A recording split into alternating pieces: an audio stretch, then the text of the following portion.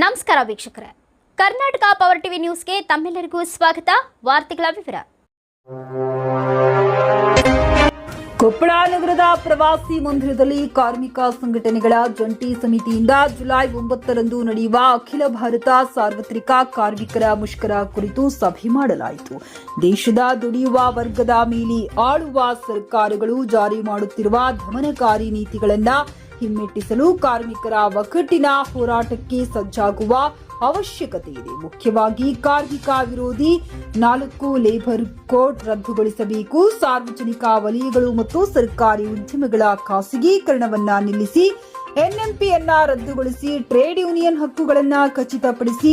NPS UPS ಬೇಡ, ಬೇಷರತ್ತಿಗಾಗಿ ಎಲ್ಲರಿಗೂ OPS, ಎಲ್ಲರಿಗೂ ಉದ್ಯೋಗ ಖಾತ್ರಿಪಡಿಸಿ. ವಿದ್ಯುತ್ ಮಸೂದೆ 2023 ರದ್ದುಗೊಳಿಸಿ ಮತ್ತು ಸ್ಮಾರ್ಟ್ ಮೀಟರ್ ಅಳವಡಿಸುವುದನ್ನ ನಿಲ್ಲಿಸಿ.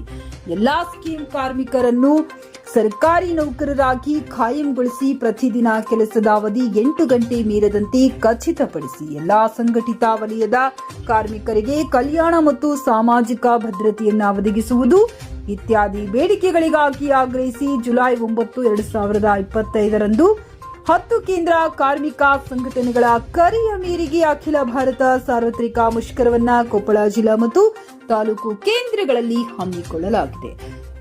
ಜೆಸಿಟಿಯು ಸಮಿತಿ ಮುಖಂಡರಾದ ಬಸವರಾಜ್ ಶಿಲವಂತರ, ಖಾಸಿಂ ಸರ್ದಾರ್, ಶರಣು ಗಡ್ಡಿ, ಕೆಬಿ ಗೊನಾಳ್, ಎಸ್ಎ ಗಫರ್, ತುಕಾರಾಮ್ ಪಾತ್ರೋಟಿ, ಹನುಮೇಶ್ ಕಲಮಂಗಿ, ಮಹದೇವಪ್ಪ, ಗಾಳೆಪ್ಪ ಮುಂಗೋಲಿ, ಮುಕ್ಬಲ್ ಸಾಬ್, ಕೇಶವ್ ಕಠಿಮಣಿ ಮುಂತಾದವರು ಭಾಗವಹಿಸಿದ್ದರು.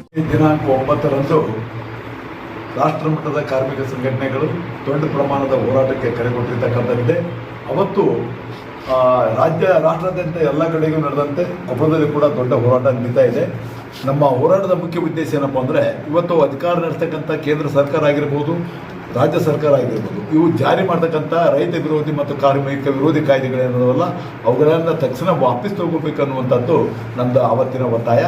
ಇವತ್ತು ಕೇಂದ್ರ ಮತ್ತು ರಾಜ್ಯ ಸರ್ಕಾರಗಳು ಏನು ಮಾಡ್ತಾವೆ ಇದ್ದಾವಂದರೆ, ಇವೆರಡು ಪಕ್ಷಗಳು ಮತ್ತು ವ್ಯಕ್ತಿಗಳು ಬೇರೆ ಆದರೂ ಕೂಡ ಇವರು ಇಂಪ್ಲಿಮೆಂಟ್ ಮಾಡ್ತಕ್ಕಂಥ ಕಾಯ್ದೆಗಳು ಮತ್ತು ಕಾರ್ಯಕ್ರಮಗಳೇನವಲ್ಲ ಅವೆಲ್ಲವೂ ಕೂಡ ಏನಪ್ಪ ಅಂದರೆ ಕಾರ್ಮಿಕರನ್ನು ಸರ್ವನಾಶ ಮಾಡ್ತಕ್ಕಂಥ ರೀತಿ ಒಳಗೆ ಹೊರಟಿರ್ತಕ್ಕಂಥದ್ದಿದೆ.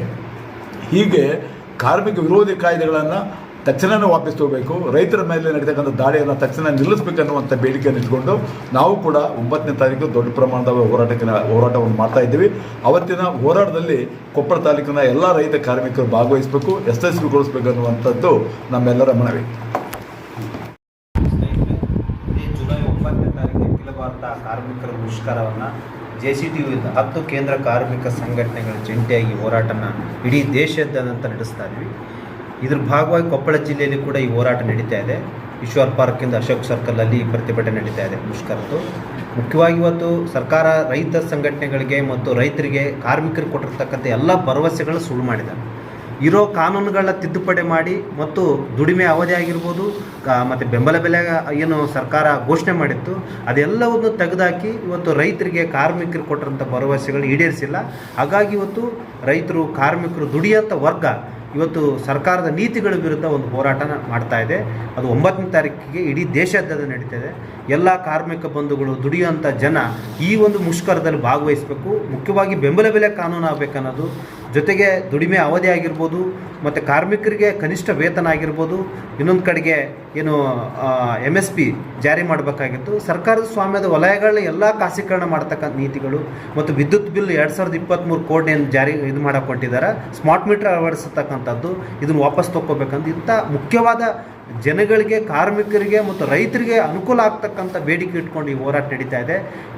ದುಡಿಯುವಂಥ ಜನ, ಕೊಪ್ಪಳದ ಜನತೆ, ದುಡಿಯುವ ವರ್ಗ ಈ ಹೋರಾಟದಲ್ಲಿ ಭಾಗವಹಿಸಿ ಸರ್ಕಾರಕ್ಕೆ ಬಿಸಿ ಮುಡಿಸ್ತಕ್ಕಂಥ ಕೆಲಸ ಮಾಡಬೇಕಂತ ಇವತ್ತು ಜೆಸಿಟಿಯಿಂದ ನಾವು ಮನವಿ ಮಾಡ್ತಾರೆ.